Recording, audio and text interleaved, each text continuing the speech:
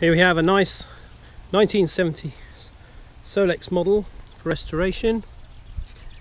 The spark plug is missing, however piston does move up and down. Not sure you can see it,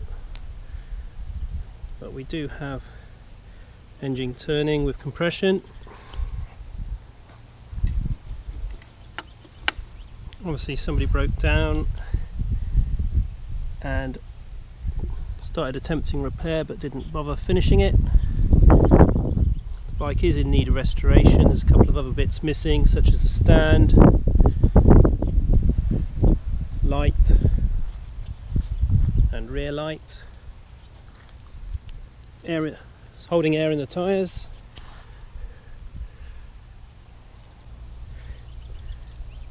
Please subscribe to my YouTube channel and do pop along and have a look at Classic Moped spares. Thank you for watching.